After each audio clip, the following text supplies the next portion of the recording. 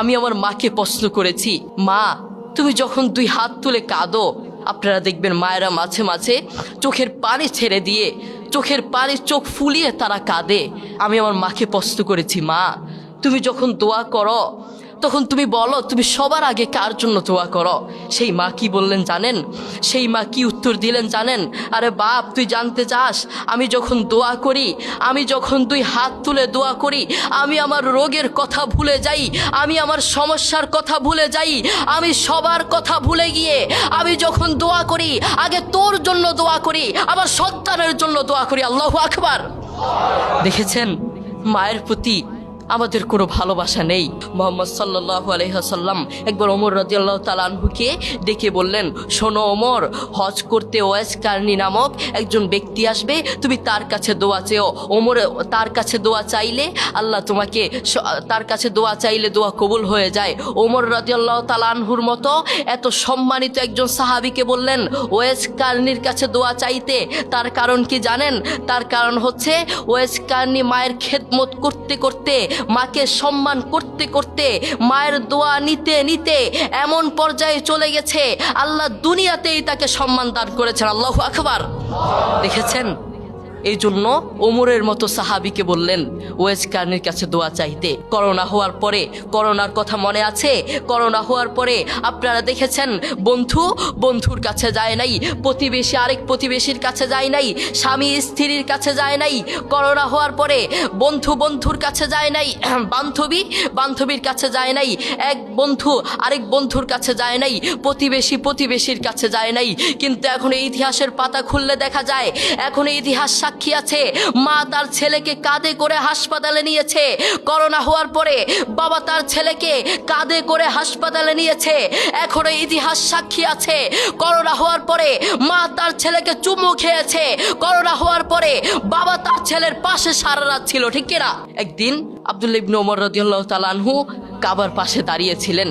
তিনি দেখলেন একজন যুবক তার মাকে কাঁধে করে করে তাওয়াফ করাচ্ছে।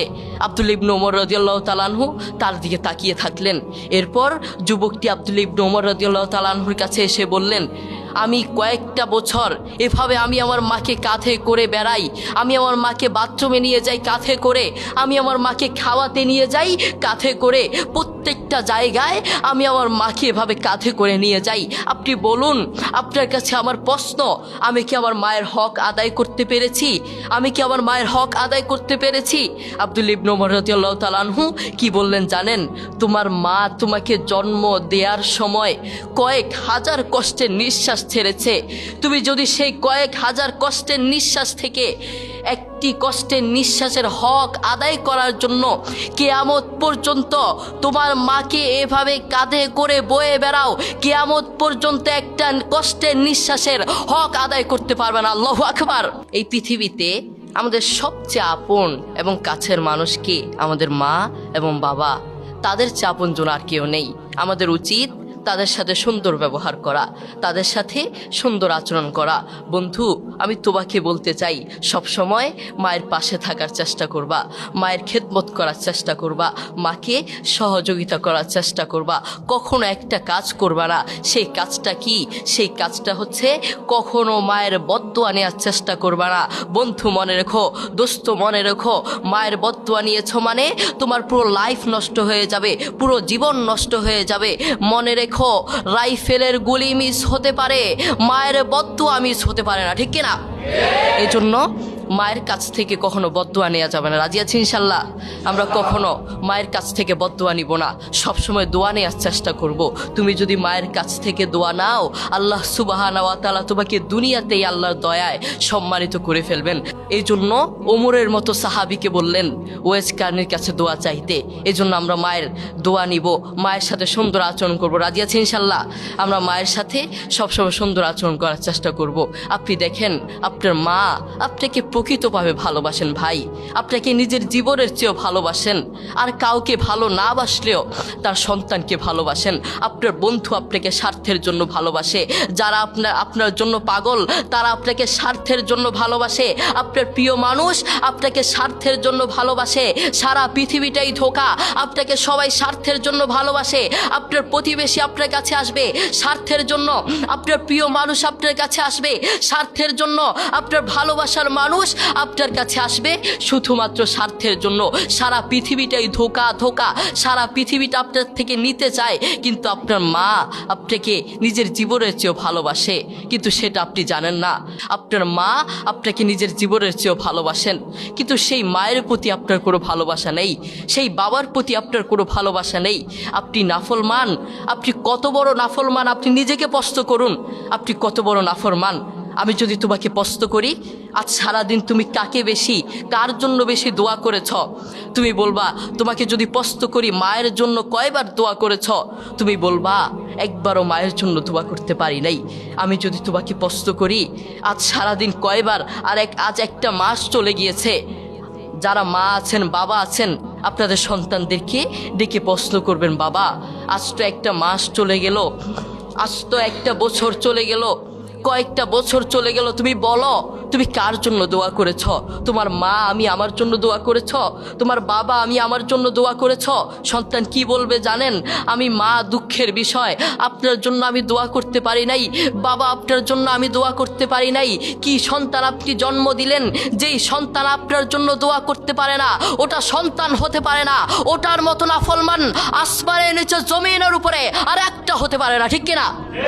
যেই সন্তান তার মায়ের জন্য দোয়া করতে পারে না ওটা কিসের সন্তান হলো? এই জন্য আমরা সবসময় মায়ের খেদমত করার চেষ্টা করব, মায়ের কাছ থেকে দোয়া নেওয়ার চেষ্টা করব। বন্ধু তুমি জানো, যুবক তুমি জানো, তোমার মা তোমাকে জন্ম দেওয়ার সময় কত কষ্ট করেছেন, সেই মায়ের জন্য তুমি দোয়া করতে জানো না। আমি আমার মাকে প্রশ্ন করেছি, আমার বাবা আমার দাদুকে প্রশ্ন করেছে, মা তুমি যখন দুই হাত তুলে কাঁদো, আপনারা দেখবেন মায়েরা মাঝে মাঝে চোখের পানি ছেড়ে দিয়ে, চোখের পানি চোখ ফুলিয়ে তারা কাঁদে। আমি আমার মাকে প্রশ্ন করেছি, মা তুমি যখন দোয়া করো তখন তুমি বলো তুমি সবার আগে কার জন্য দোয়া করো? সেই মা কি বললেন জানেন? সেই মা কি উত্তর দিলেন জানেন? আরে বাপ তুই জানতে চাস, আমি যখন দোয়া করি, আমি যখন দুই হাত তুলে দোয়া করি, আমি আমার রোগের কথা ভুলে যাই, আমি আমার সমস্যার কথা ভুলে যাই, আমি সবার কথা ভুলে গিয়ে আমি যখন দোয়া করি আগে তোর জন্য দোয়া করি, আবার সন্তানের জন্য দোয়া করি। আল্লাহু আকবার। দেখেছেন মায়ের প্রতি আমাদের কোনো ভালোবাসা নেই। সেই মা আমাদের জন্য দেখেছেন কত কষ্ট করেন, সেই মা আমাদের জন্য সারা রাত দিন রাত 24 ঘন্টা আমাদের জন্য ভাবেন, কিন্তু সেই মায়ের প্রতি আমাদের কোনো ভালোবাসা নেই। আপনার মা আপনাকে জন্ম দেওয়ার সময় কত কষ্ট করেছেন আপনি জানেন? বর্তমান বিজ্ঞানীরা কি বলেছেন? বর্তমান বিজ্ঞানীরা বলেন একজন সুস্থ মানুষকে, একজন জীবন্ত মানুষের হাত পা ধরে ভেঙে দিলে একজন জীবন্ত মানুষ যতটুকু কষ্ট পায়, একজন মা তার চেয়েও বেশি কষ্ট পায় তার সন্তানকে জন্ম দেওয়ার সময়। আল্লাহু আকবার। এরপরেও কেন আমাদের মায়ের প্রতি ভালোবাসা নেই? কেন আমাদের মায়ের প্রতি ভালোবাসা নেই?